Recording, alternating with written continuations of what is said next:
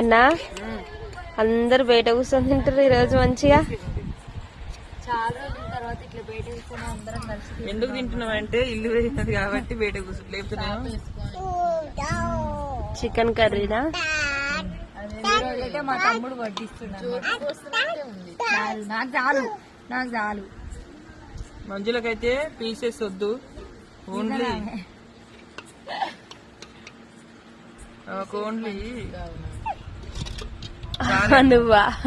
మరి ముక్కలు ఎందుకు నా దాంట్లో చికెన్ దగ్గర చూపి.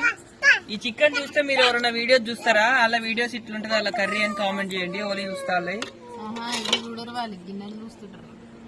ఏ గిన్నెలు తింటారు, శేషతోడు తింటురా, చేయితోడు తింటురా, గంటతోడు తింటురా, గిన్నెలు గిలాస్ తోడు తింటారు అని కూడా అంటారు. గిలాసులు కూడా తినండి నేను